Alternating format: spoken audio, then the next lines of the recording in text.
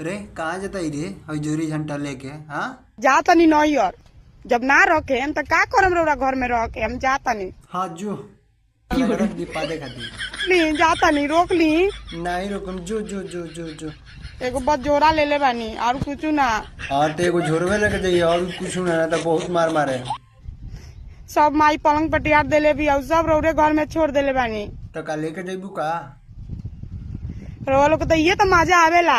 हाँ तो मजा आई ना बोला ना। बियाह कह के सारा संपत्ति ले लेवे के बा ओकरा बाद कहे के बा जो पसंद नहीं कुछ चाय एकदम राइट पसंद नहीं की जो सब कुछ ले ले बानी अब जो एकदम खराब बानी। हाँ बाड़ी खराब जो